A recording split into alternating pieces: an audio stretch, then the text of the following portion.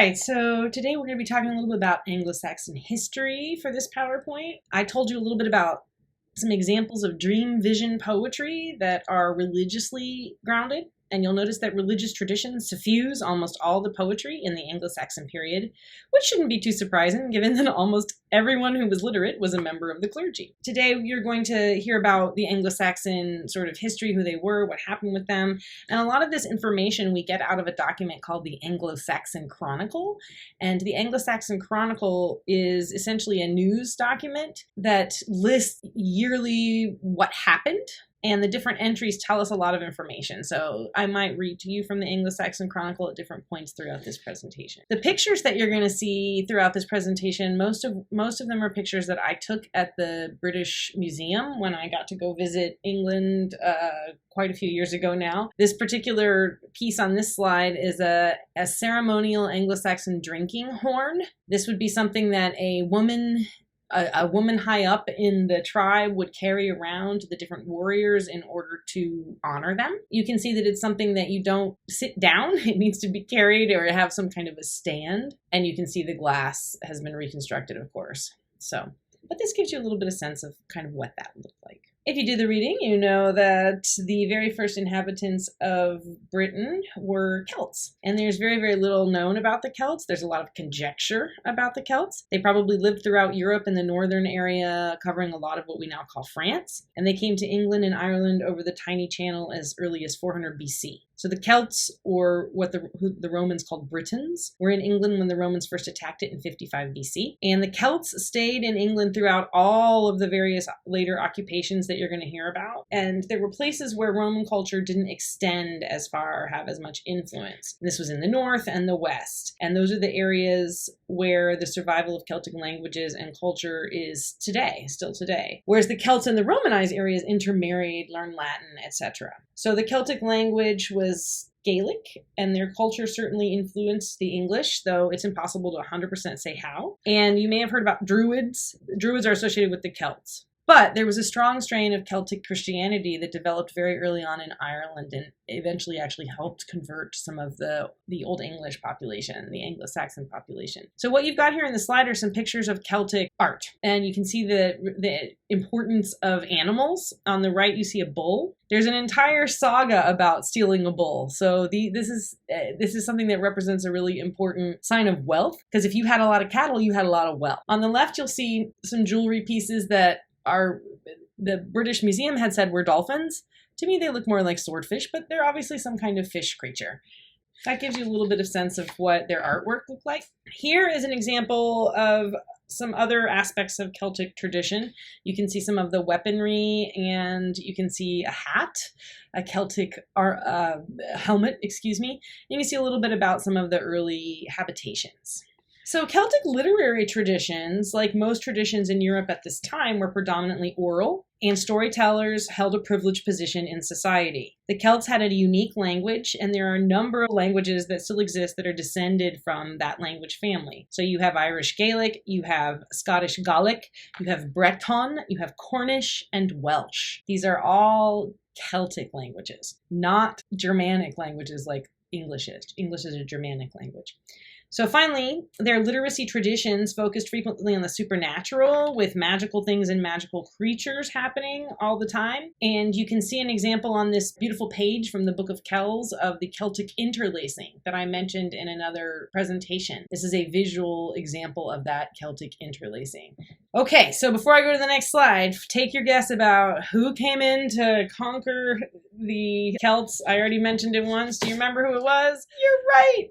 It was the Romans! Yeah, so Julius Caesar gave his first shot at occupying Britain in 55 BCE, but he found that the Celts were a lot harder to take down than they thought they were going to be. So Claudius orders his general Plautius to conquer England finally, again, definitively about 100 years later in 43 AD, and it takes them a few years, but by 46 CE, they had done it. So you can see a picture here of the Roman Empire, where it ends up extending, and you can see how far away Britain is from the center center of Rome, which is right there in the middle of the boot of Italy in the very middle of the screen. So it's pretty far away. They are not the center of the colonial empire. They're on the fringes. Once the Romans did conquer England, they did all the normal things that the Romans did when they colonized, which is to bring things like forts, roads, running water, other amenities whose remains can still be seen today. They built Hadrian's Wall in 120 AD, which you can still see at the top, and which seems to have been at least somewhat of an inspiration for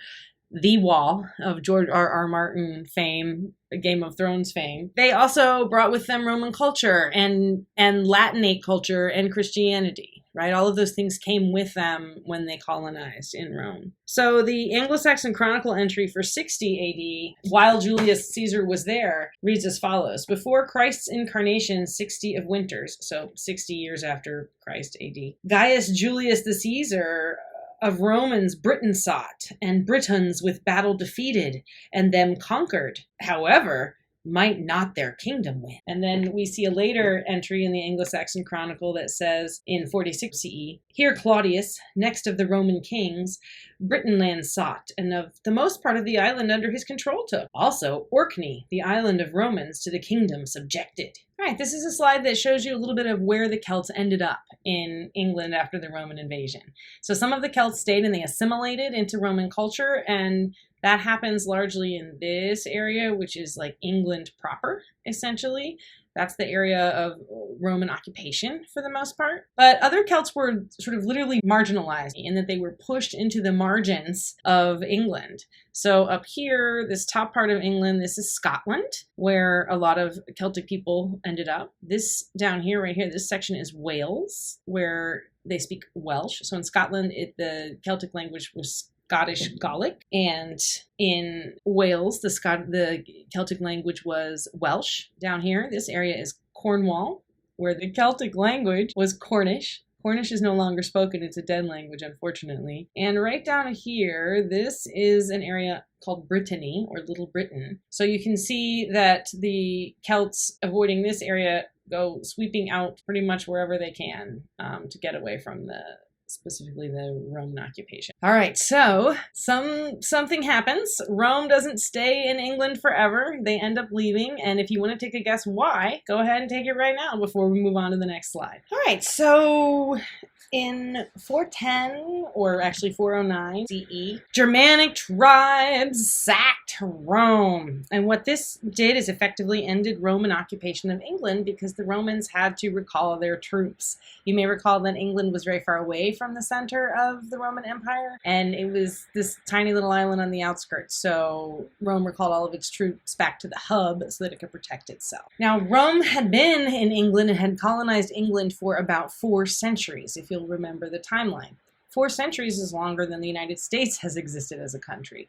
So if you can imagine that right now our entire government, all of the military, all of the police, all of the sort of governmental infrastructure were to just up and leave, that would be the environment that the Celtic people, or the Britons, were left in when the Romans left. So there was a giant power vacuum in that moment. And the people that lived there didn't necessarily think of themselves as Celtic. They were of Roman heritage. They probably thought a lot of themselves as Romans, just as we think of ourselves, a lot of us, as Americans, even though we've been a country far less long than Rome had occupied Britain. So it's just a very chaotic sort of situation to be in. What we see here on this picture is an example of what happened. So into this power vacuum came the Germanic tribes. And you can see the ways in which they came over were the sort of ways that were convenient for them.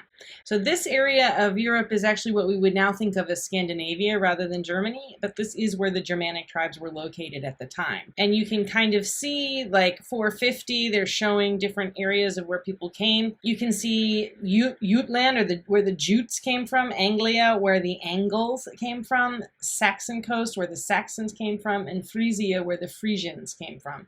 And here's the Frankish coast. So these are all the different tribes that are coming over and invading England. And you can see then they mark over here the places where these various tribes ended up. So you can see the movement here. There's a couple of Anglo-Saxon Chronicle entries I'd like to read you. So the entry for Rome is, here Goths destroyed Rome city, and never after Romans not ruled in Britain. So after the Goths destroyed Rome, that was it. That's basically what the Anglo-Saxon Chronicle says. They also say a few years later in 418, here Romans gathered all the gold hoard, which in Britain were, and some in the earth hid, so that not any man after might find it, and some with them into Gaul carried. So Gaul is France. So Rome gathered up as much treasure as the Roman warriors gathered up as much treasure as they could, they say, and then they buried it all, or they took it with them back to France on the way to Rome. There's an entry in the Anglo-Saxon Chronicle for the date 449, which is the traditional date for the beginning of the Anglo-Saxon invasion of England. In their days, in the days of Martianus and Valentinian, who had ruled 7 winters, in their days, Hengst and Horsa, who are Germans, invited by Vortigern, king of Britons, so the Celtic king invites these Saxons over. Hengst and Horsa sought Britain in the shore, which is called Ebbsfleet. First for Britons as a help, but they after against them fought. So Vortigern came over and first fought with the Celts, the Celtic people, but then he turned against them and fought against them. Oh, those dastardly Germans. Terrible, terrible. You may have heard the name Vortigern before, and if you have, maybe you're a fan of King Arthur, because he's a king who features in the Arthurian legend. So this exact time period, the 5th century, the 400s, is the time period that if King Arthur existed, he would have historically existed. This is the time period when the Celts were rallying against the Germanic invaders, and those were typically just called Saxons in Arthurian literature. They didn't necessarily call them Angles, but they called them Saxons a lot, and that meant any German invader. They all mixed them together in the way they talked about them. So that would be the time period then of the historical Arthur, who we'll be talking about later when we get to that time period a little bit more, when Arthurian legend stories start to arise. But this is the historical time period he would have existed if he did. And it takes a while for a language in linguistic isolation to change. So it takes a couple of 100 years before the Germanic dialects spoken by the various tribes, the Angles and Saxons and such, became a distinct language. So they all came over to this island, and then they stayed on an island and talked amongst themselves. And over a few hundred years, the language that they spoke on the island became different than the language they spoke on the continent. English became distinct from German. We used to be part of German, and then we broke off from German. And the time period that English actually became its own language is roughly the 8th century, so in the 700s. We can't pinpoint an exact time, but Cadman's hymn dates from just before 700, and we have inscriptions on stones and other artifacts that date from the early 8th century, so 700 through 750s, and so by that time, English was its own language. I wanted to show you where a few of the words associated with Britain come from. So the very first word, if you've ever wondered why there are 2 words for England, why is it Britain and England? And the Roman term for the people that lived in what we now call England, who were mostly Celts at the time, were Britons, B-R-I-T-O-N. That's where the term Britain comes from this term. Why do we call it England? Well, because once the Angles started coming over, the Anglekin started taking over, and they lived then in what was called the Angle land. All the Anglekin are living in the Angle land. In other words, England. So this is why there are 2 different words, Britain and England. They come from different linguistic traditions. The other thing that's really interesting is the Welsh, who are Celts that remained in England after the Roman invasion, for example. Well, when the Angles and Saxons came over, when the Germanic tribes came over, they called the people that were living in that area Waelas, which is where Welsh comes from, the current term. But Waelas in Anglo-Saxon means both foreigner and slave. So first off, it's ironic that the people who were native to England, or at least more native than the Germanic tribes were, the name for them is foreigner. This is completely ironic because they are not the foreigners. The Germans were. But the other thing that's really interesting and tells you a lot about Anglo-Saxon culture is that foreigner and slave are the same word. So this is the way that Anglo-Saxons got slaves. If you conquered a neighboring tribe, then you got to take their men or whoever, their women, as slaves. So this is an abhorrent tradition, of course, and the Old English participated in it, and it was not necessarily done on racial grounds, the way that slavery later became, or chattel slavery became enacted, but it was done on the idea of my tribe beat your tribe, right? You're a foreigner, therefore we don't like you. So very, very connected to who's in the tribe and who's out. And if you weren't in the tribe, then too bad for you. Also, if you know anything about England, you know some of the areas in the south have names like Wessex and Sussex and Essex. So those terms also come from the Anglo-Saxon period. So the West Saxish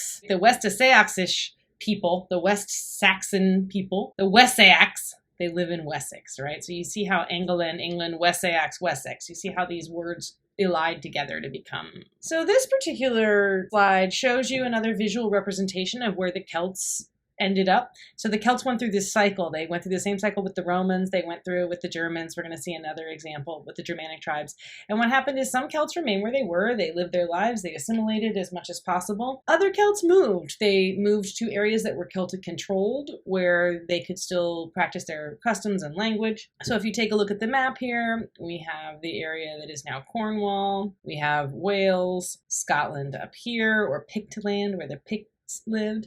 Ireland, which never actually fell prey to the same kinds of Anglo-Saxon invasions that England did. And they weren't conquered by the Romans in the same way. And then on the right here, you can see the places where the Anglo-Saxons settled. You can see that the pink up here is where the Angles were. The Saxons were down here in Wessex or Essex or Sussex, right? The Jutes down here in Kent, and then the green represents all of the Celtic people. There's one more group of invaders that I'm going to talk to you about, and now's your chance to see if you can think. Do you know who they are? Take your guess now. You're right, it's the Vikings. Dun dun dun! The Anglo-Saxons called all the Viking Scandinavian people the Danes. They didn't necessarily make a distinction. But the fourth group of people who invaded England then were the Vikings. They were Norsemen from Scandinavian regions. In the Anglo-Saxon Chronicle, the year 787 contains a description of 3 Danish ships landing on the English coast and immediately killing the sheriff who tried to meet them. This is the first record of the Viking invaders, who continued to raid the English coast throughout the rest of the 8th, 9th, 10th centuries and into the 11th century. Here's the entry. Here, King Offa took Bertharic, daughter of Edberg, and in his days came first 3 ships, and then the steward thereto rowed, and they would drive to the king's homestead because he did not know what they were. And him men slew. Those were the first ship of Danish men the Anglicans land sought. So they showed up, and the steward goes out to say, hey, what are you guys doing here? And they killed him. And then the next entry describes the sacking of a church at Lindisfarne in 793, which you can actually see represented in the TV show Viking. The Vikings did not merely raid, but they settled in England to become farmers themselves. They lived side by side with the English people, especially as time wore on into the 10th and 11th centuries. In fact, the most famous of all Old English literature, the epic poem Beowulf, written down in the form that we have in the late 10th century, is concerned with the ancestors of the Danes, revealing how closely intertwined the two cultures eventually became. In the 11th century, there were even Danish kings of England, so the impact of Danish people in England was immense. But in order for them to have that impact, there had to be a peace worked out. Instead of constantly raiding and fighting one another, they had to figure out a way to live together. So this is a picture of just the south of England. The very north of England, Scotland area is cut off. But what you can see is that there was a King Alfred of Wessex, which is down at the very bottom, you can see listed there. He creates a respite from war.